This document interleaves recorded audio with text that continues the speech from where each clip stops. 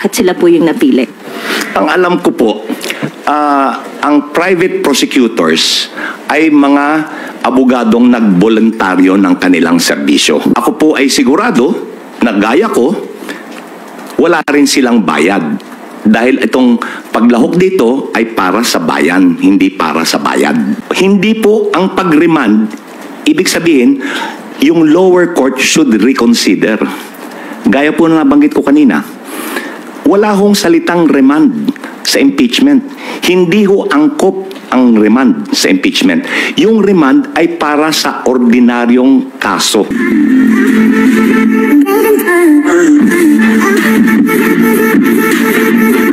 Okay. Sir, the last na lang, doon sa private prosecutors, you said in due time. Kailan po itong due time? And can you provide us a background lang how they were selected and bakit sila po yung napili? Ang alam ko po, ang private prosecutors ay mga abogadong nagboluntaryo ng kanilang serbisyo. Yun po ang alam ko. Ako po ay sigurado na gaya ko, wala rin silang bayad. Dahil itong paglahok dito ay para sa bayan, hindi para sa bayad. Okay po? Okay, sir. Thank you rin. Thank you. Thank you, Bibian. Elson Kismorio from Manila Bulletin. Hello, Attorney. Good morning. Hello. If we may talk about SP Chis Escudero for a minute. Apparently, former Chief Justice Renato Puno is saying na SP Escudero may have exercised grave abuse of discretion. Basahin ko po, sir, yung exchange dun sa interview. Sige. Kung saan sinabi ni ex-Chief Justice. So yun bang ginagawa ngayon ng Senate President? Pasok ba sa grave abuse of discretion? And then Puno said, yan naman po ang pag-aaral, hindi lamang ng PhilConsa. Yan din po ang sinasabi ng mga academicians, mga deans ng colleges of law, mga professors ng constitutional law, at mga iba't ibang commentaries na naririnig natin sa mga nakakaintindi at nakakaalam sa saligang batas. Your take po on this statement? Ako po ay sumasang-ayon sa sinabi ni Chief Justice Renato Puno. Sapagkat ang mga naging actuation and ruling ni Senate President Chis Escudero as the presiding officer of the impeachment court ay wala ho sa saligang batas yan. Kagaya po ng pag-remand. Hindi po ang pag-remand, ibig sabihin, yung lower court should reconsider. Gaya po na nabanggit ko kanina, wala hong salitang remand sa impeachment. Hindi ho angkop ang remand sa impeachment. Yung remand ay para sa ordinaryong kaso, sa ordinaryong hukuman, but never sa impeachment court. As a follow-up, Attorney, I think SP Escudero is somewhat dismissive of PhilConsa just because the President is Speaker Romualdez. Your take po. I agree. Is that fair? Is that fair? That's not fair. Because you judge the position based on the merit of what was said. Hindi yung personalidad. Sa palagay nyo ba, si Speaker, iba ho ang posisyon niya, iba ang posisyon, Presidente, Chairman ng PhilConsa. Sa palagay nyo, si Speaker Romualdez ay kayang impluwensyahan ang pag-iisip ni dating Chief Justice Puno? I don't think so. In much the same way that Chief Justice Puno will not and cannot influence the mindset of the Speaker of the House. So, my take is that the argument is based on the merit of the argument, not on the personality. Hindi po personality-based yan. Merit-based. Another one. Attorney, do you agree with SP Escudero's statement na parang the Senate impeachment court daw has no limit to what they can do? No? To what motion they can pursue? Hindi po. meron pong limitasyon. Ang limitasyon ay ang ating saligang batas at ang kanilang sariling impeachment rules. Hindi po pwedeng porque you are sui generis, pwede mong gawin ang lahat ng gusto mo. Ang limitasyon po ay nasasaad sa ating saligang batas at sa kanilang sariling impeachment rules. In fact, kung yung impeachment rules po ay hindi alinsunod sa saligang batas, hindi rin po obra yun. So lalo na, yun sa kanyang statement na kaya niyang gawin, kaya nilang mag-order ng kahit na ano, mali po yun. Dapat alinsunod sa parameters na sinet ng saligang batas.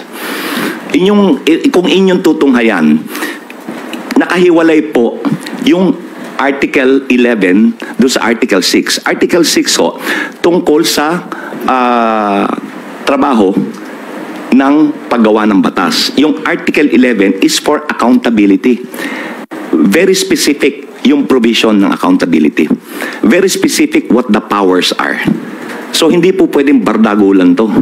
Hindi pwede na kung anong gusto, yun ang gagawin. May limitasyon. Last na po, promise. Sige. May promise pa. Totoo yan, ha? You've already called out Senator De La Rosa kanina po, no, for being like partisan kasi nag-file na motion. Pero hindi lang naman po siya yung perceived na partisan doon sa Senate impeachment court. So are you worried about that? Ganito po, ano? We will give them the benefit of a doubt. Sapagkat, alam po naman nila yung batas eh. Alam nila kung anong ginagawa nila eh. Nanumpa sila that they will administer impartial justice. Ngayon, tignan po natin kung talagang tutuparin nila yung pinanumpaan nila to deliver impartial justice. The cold neutrality of an impartial judge. Tignan natin. Talagang promise, huli na yan, ano? Okay. Thank you, Elson. Okay, Milky Ergonan from DCRH. Good morning, Attorney Bukoy. Gandang umaga po. Can you, how do you describe the composition of the defense team? Kilala ko po yung mga name partners dyan dahil we are contemporaries sa UP College of Law. Ginagalang ko ang kanilang kakayanan. And I think the Vice President is in good hands. Okay. Nabanggit niyo, sir, nabanggit ni Elson at nasagot niyo rin about the biases of some of the senator judges. So hindi ba at this point ay sasabihin ng prosecution team to kumbaga ay mag-inhibit yung ilan na perceived na kakampi ng Vice Presidente? Ganito po yan, ano? Sa impeachment po, even sa regular courts, but lalong-lalo na sa impeachment, yun hong inhibition or recusal is personal to the judge. Kung gusto niya, ayaw niyang bumitaw, nasa sa kanya yan. Pero sa regular courts po, there are specific grounds for recusal. Okay? Pag hindi ho covered nung specific grounds sa recusal, as in relationship, familial ties, yun ho, mandatory. Pero other than those, if ang ground ay perceived bias, yan po ay personal na desisyon nung hukom. Ngayon sa impeachment po, yan po ang umiiral na kalakaran.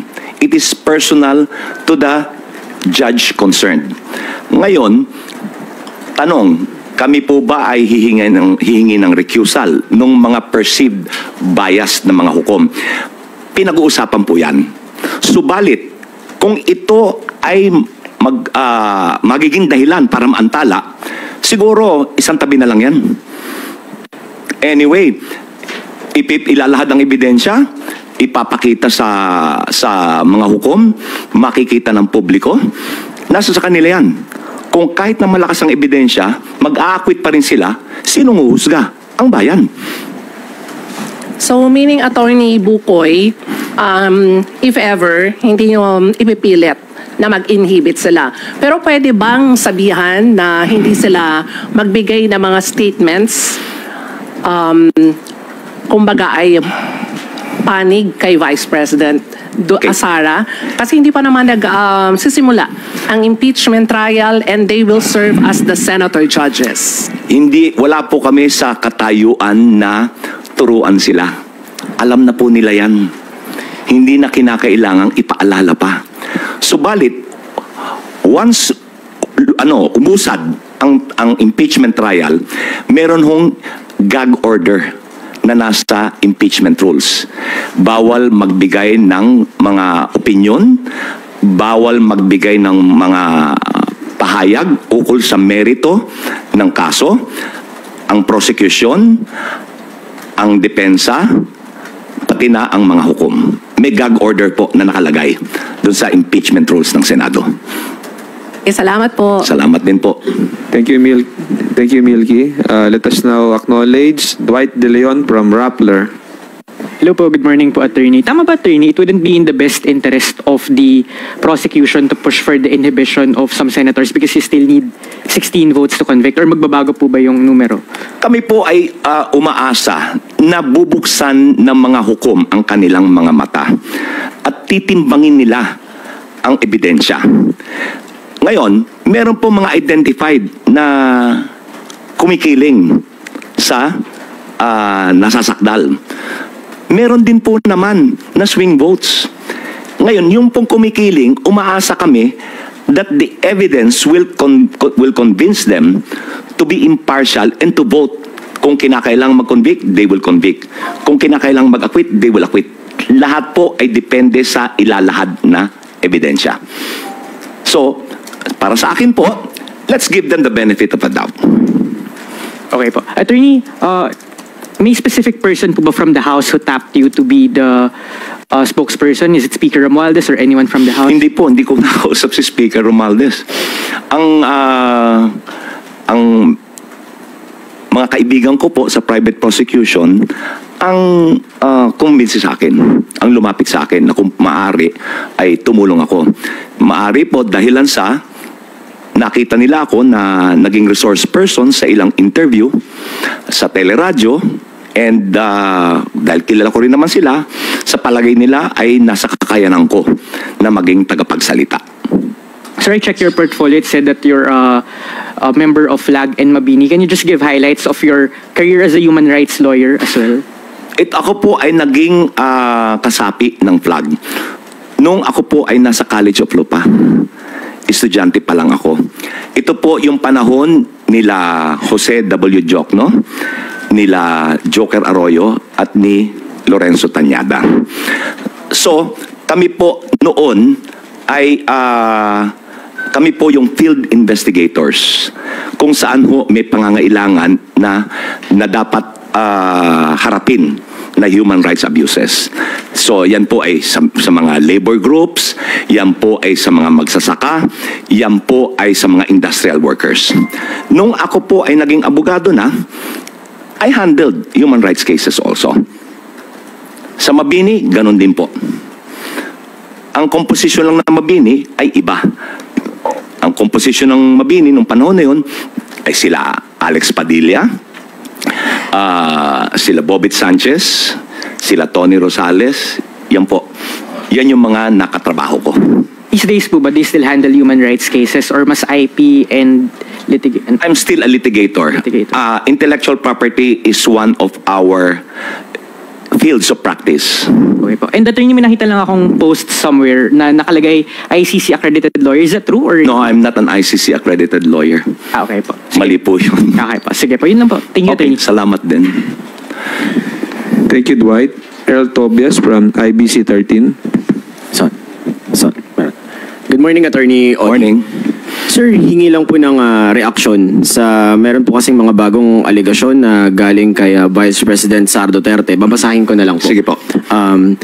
We all know that, first, the congressmen did not read the articles of impeachment. Second, many of them receive a budget or many in exchange for their signature. Ang context po nito o ang tanong ay parang allegedly, sinasabi ni VP Sara Duterte na hindi muna binasa ng 215 lawmakers yung impeachment case bago ito pirmahan. What do you make of this po? Yan po ay unang-una. Ito pong mga pumirma ng impeachment, ng articles of impeachment, ito po naman ay mga mambabatas eh. Hindi po ito pipirma nang hindi nila nauunawaan kung anong pinirmahan nila. Especially, it is under oath. Pag under oath, that is under pain of perjury. Hindi naman nila siguro isusungan sarili nila sa ganun. So, palagay po ay, propaganda na lang yan. Follow up with that, attorney, kasi even with the start of the Good Government Committee hearings nung nauungkat yung anomalya ng confidential funds with the OBP and the DepEd, the BP has shown several allegations to the House.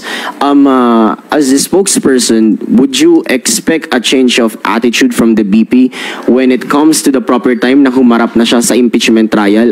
Kumbaga, sa halip na personal allegations, ay sagutin ng direkta yung articles of impeachment ng mga kaso sa kanya? Yan lang ho ang paraan para niya depensahan ang articles of impeachment. Sagutin niya. Kung ito pong mga katanungan na ito ay sinagot na ng Vice Presidente during the Quadcom at nanumpa siya, edi sana wala tayo dito ngayon.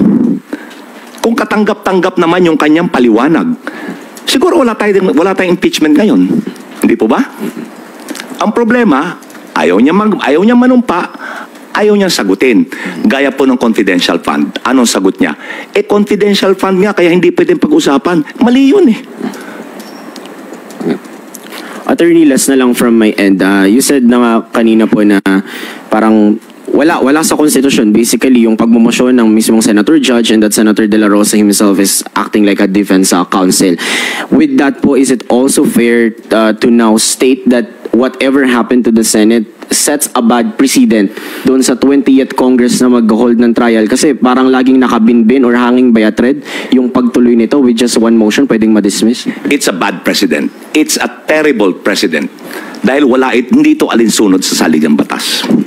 Ang trabaho ng hukom ay litisin at desisyonan ayon sa ebidensya. Hindi maaaring i-dismiss na walang paglilitis. Wala yun sa saligang batas. Ang sabi ng saligang batas, litisin at desisyonan. Last na lang, sir. Promise din. As the spokesperson, do you have a direct message to the senator judges that will hold the BP's trial in the next Congress? Ang aking pong pakiusap ay maging impartial. Deliver impartial justice nang naaayon sa ebidensya. No personal preferences, no party affiliation influences. Tama na po yun. Kontento na ako dun.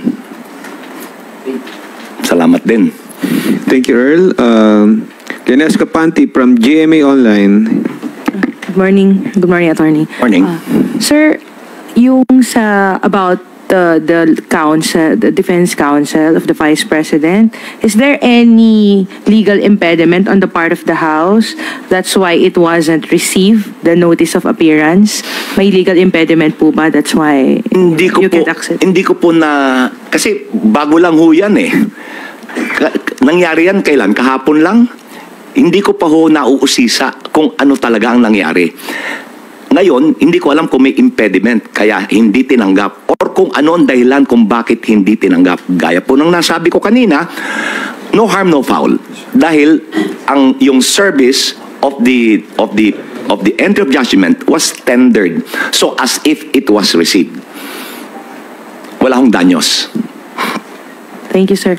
Follow up lang po. Promise din. I didn't say promise. Okay. Just one follow-up question. Can you just explain? You mentioned a while ago that the House and the Senate, both are continuing bodies, they're constant. Can you just drive the point that why this impeachment trial can cross to the 20th Congress? Because the other camp is always arguing that, the composition of the 19th Congress that endorsed this complaint is not exactly the composition of the 20th Congress. Gaya po ng nasabi ko kanina, ang institusyon does not expire. Gaya po yan sa collegial body, no? Collegial body meaning judges composed of more than one.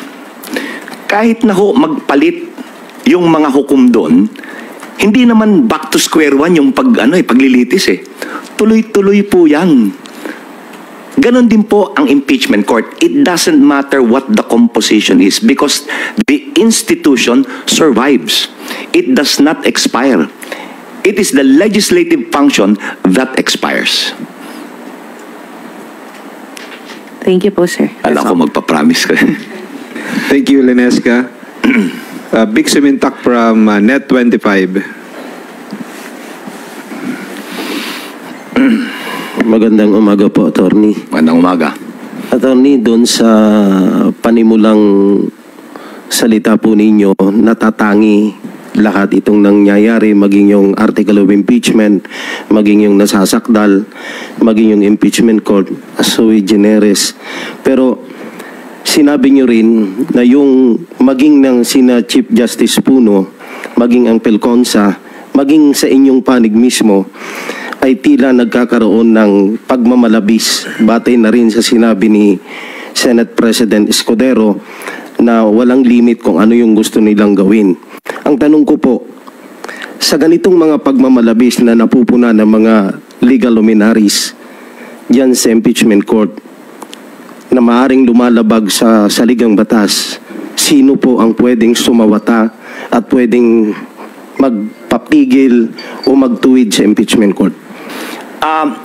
Kung meron pong pagmamalabis, gaya nung sinabi ni Chief Justice Puno, abuse of discretion. Under the expanded jurisdiction of the Supreme Court, sila ang pwedeng mag-awat. Subalit, hindi po garantisado na ang Supreme Court will assume jurisdiction because they will respect ito po, no? Pwede silang manghimasok, pwede nilang sabihin na ito ay pagmamalabis. Although, ang nagipong kalakaran, the Supreme Court will respect the internal rules and yung kalakaran ng Senado as an impeachment court. Pero sa sagot sa tanong ninyo, tanging ang Supreme Court po. Kung merong mag-aakyat nito, kung merong dudulog sa kanila para humingi ng ruling sa pagmamalabis na ito. Sino po kayang partido ang pwedeng dumulog? Kahit sino po yan. Kung ang tingin po ng defense may pagmamalabis na lugi sila o na agrabyado sila. Ngayon, sa prosecution po, depende. Although ang prosecution, pwede pong it can be a recourse available for the prosecution. Okay. Last na lang din po, promise po. Sabi po ninyo, at saka nung ipadala ng House of Representatives yung article of impeachment sa Senado, ay naninindigan ng prosecution team na mayroong presumption of legality and regularity ng article of impeachment. Pero pagdating po nung ma-constitute ang impeachment court, ang desisyon ng impeachment court under SP Chief Escudero as presiding officer, niremand po nila yung impeachment, article of impeachment. At noong huling araw po ng sesyon ng 19th Congress before the CNJ adjournment, nagpatibay sila sa plenaryo ng isang motion or resolution not to accept the remanded article of impeachment. Ang tanong ko po, dahil sa nangyaring yun, with the presumption of regularity pero ni-remand, ano po ang status ng article of impeachment? Kaya ko natanong yan, attorney, kasi maging sa panig ng depensa, mukhang si Vice President Sara Duterte ay nagre-refuse to answer the summons of the impeachment court dahil ang paninindigan nila, ano ang kanilang sasagutin kung yung mismong article of impeachment ay questionable. Hindi po. Hindi po nagpasa ng resolusyon ang Kamara na huwag tanggapin. In fact, nagpasa sila ng resolusyon certifying that the articles of impeachment did not violate the 1-year bar rule. Ngayon, sabi kung sinasabi po ni Sara Duterte na wala siyang sasagutin dahil ang articles ay binalik. Hindi po naman ibig sabihin nito na yung articles patay na. May sasagutin pa rin siya. Nandyan yung articles eh. Kaya nga sinabi nga ng Senado, ng impeachment court, buhay na buhay ang impeachment proceedings. Because nandyan pa rin yung articles. Ang hiningi lang ay ang certification, yung remand. Yung sinasabing remand, gaya nung nabanggit ko kanina, hindi po angkop ang remand sa impeachment proceedings. Yan po ay angkop sa mga regular courts. So, yung articles po, nandyan pa rin. Sagutin niya. Ngayon, kung ayaw niyang sagutin, bakit? Another delay. Di po ba? Kung talaga siya ay seryoso na linisin ang kanyang pangalan, hindi ba sabi nga niya, I want a bloodbath, I want a trial. Hindi dapat sagutin niya para walang delay. Sa ganitong paraan, malilinis niya ang kanyang pangalan.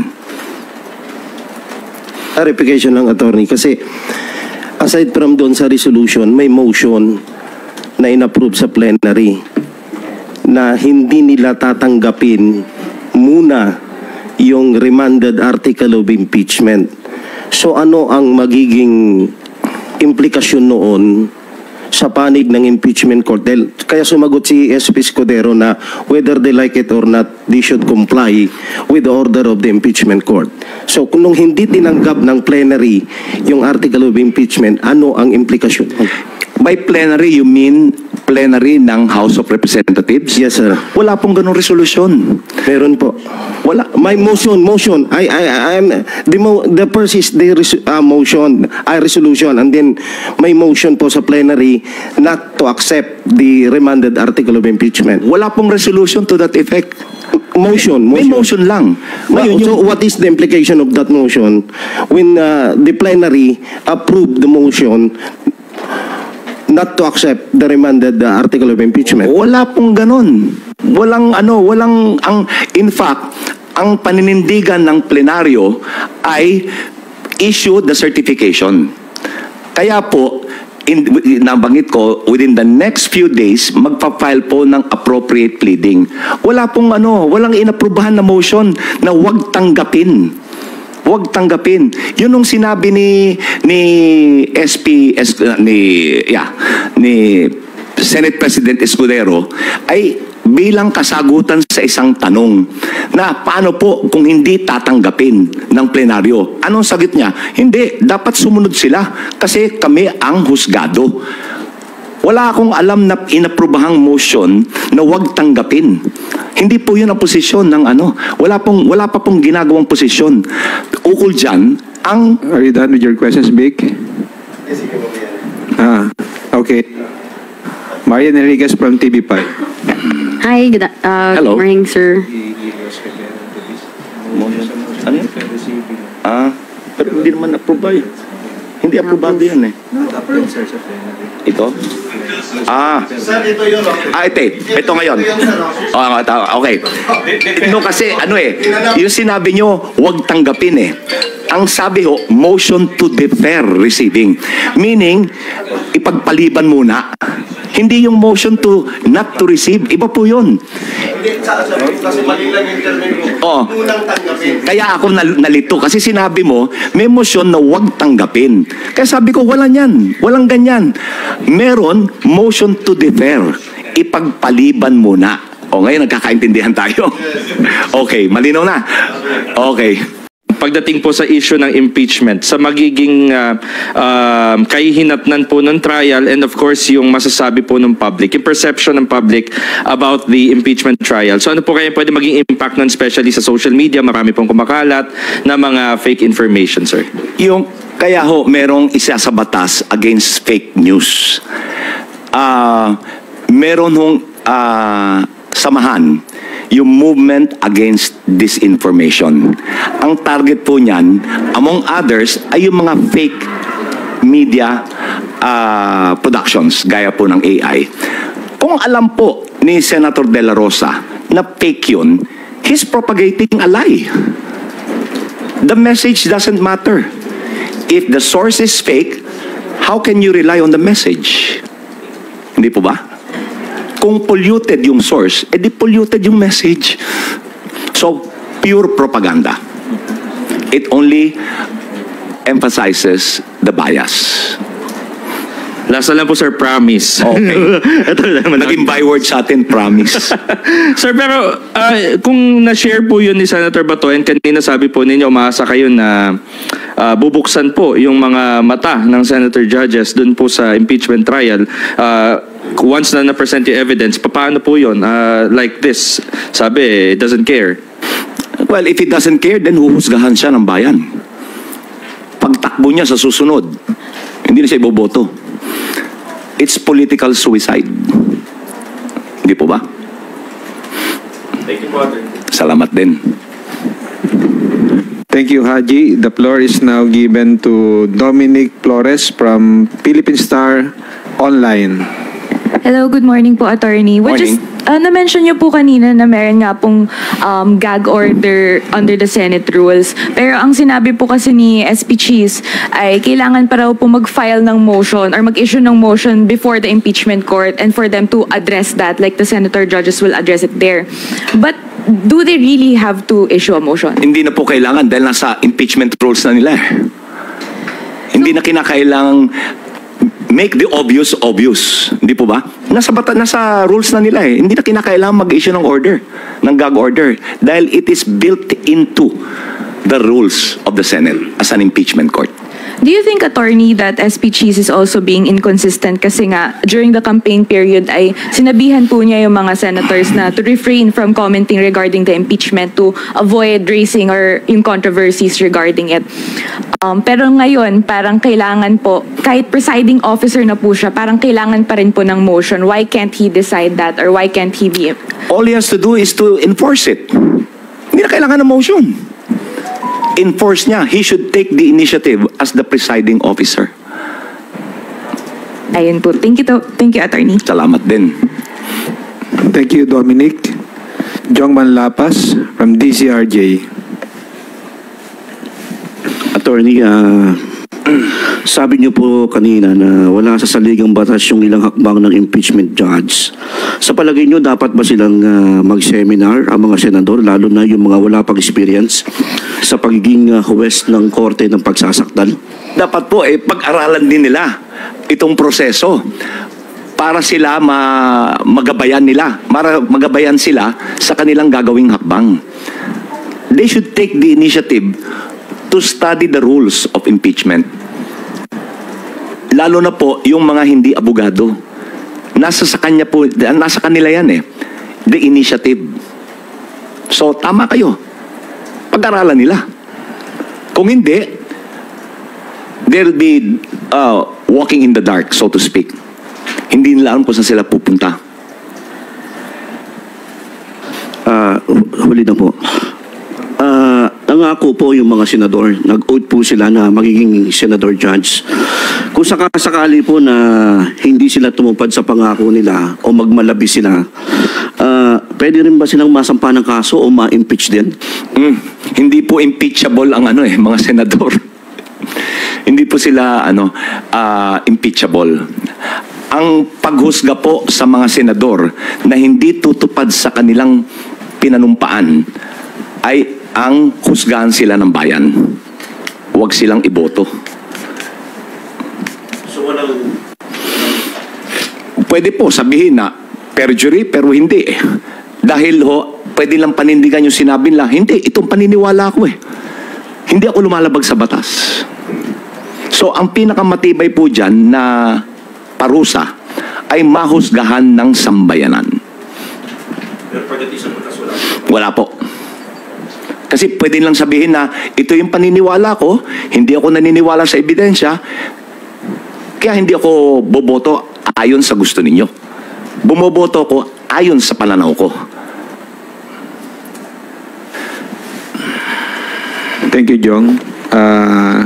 Now we are going to entertain phone-in questions from Kenneth Basilio of Business World. Sir, the Philippine Chamber of Commerce and Industries, Nina Mangyo, said that the speedy impeachment trial of Vice President Sara Duterte Carpio could be advantageous to the Philippine economy, while its chairman George Barcelon said that the government should hold the VP's trial to quell political back noise affecting foreign investor sentiment and help reinforce the country's image of political stability. The questions are, from the perspective of House Prosecution Panel, is there an expectation for a swift impeachment process, both to uphold the rule of law and to reinforce public trust in our democratic institution? Meron pa isa, sir. Sige, yan muna. Yan muna. Apo. Sa ngayon po, will there be a swift trial? It doesn't look that way. There's so much foot dragging on the part of the impeachment court. Also on the part of the impeached official. Pero ito po, once ito ay umusad, pag-usad po nito sa panig ng prosecution, hindi po ang prosecution ang magbibigay ng dahilan para maantala ito. Ang gusto ng prosecution, swift trial. Ngayon, yung second question. Second question, and how can the prosecution reassure the private sector that the impeachment will not lead to paralysis or disruption in economic policy making? Ang sagot po dyan ay yung unang tanong ninyo. Does the prosecution expect a swift trial? Ang sagot doon sa pangalawa, yes, a swift trial will address the issue of stability, the issue of investor confidence in the Philippines. Kasi po, habang tumatagal ito, habang naaantala, habang lumalawig, naguguluhan ng tao. Anong ginagawa ng tao? Nagagalit, nagrarally, nagpoprotesta. So, sa foreign investors, hindi po maganda yan. Ang gusto ng foreign investors, stability. Pangalawa, nagdadigress ang atensyon ng Senado. Sa halip na sila ay makagawa ng mga batas na makakatulong sa ekonomiya. Ayon po sa rules of impeachment, ang impeachment should be given priority. At a certain hour, they should stop their legislative work and conduct the trial of the impeachment. So, nakahati yung atensyon. So, hindi ho maganda yan. Dahil yung paggawa ng batas na makakatulong sa ekonomiya ay naaantala. So, mas mabuti na maging swift, maging mabilis yung paglilitis. Para investor confidence is assured. Thank you, sir. If I may use the word of the day promised last na to. Another phone-in question from Joanna Giolagon from Asahi Shimbun. Sir, makikita nung sana if the prosecution panel is working with the parties that previously filed impeachment complaints against the BP, kung meron pa silang role dito, like maybe as resource persons. And also baka, okay, ilan po? May ilan po na kalahok sa mga naunang impeachment complaints, dun sa tatlo. May ilang kalahok ho dyan na kasama sa prosecution panel. Ngayon, ito pong si Chel Diokno, yung kanya hong party list, yung Akbayan, sila yung nag-file ng pinakaunang impeachment eh. Kaya nga siya, inimbitahan na sumama sa prosecution group. Yung pangalawa, yan po naman yung grupo ni Makabayan. Makabayan Black. Makabayan Black, yung pangalawa. Yung pangatlo, ito po yung civil society, yung mga pare. Yun hong kasali doon na abogado, ay bahagi rin ng kasalukuyang prosecution team. So, yun po ang sagot sa katanungan nyo. Opo. Thank you, sir.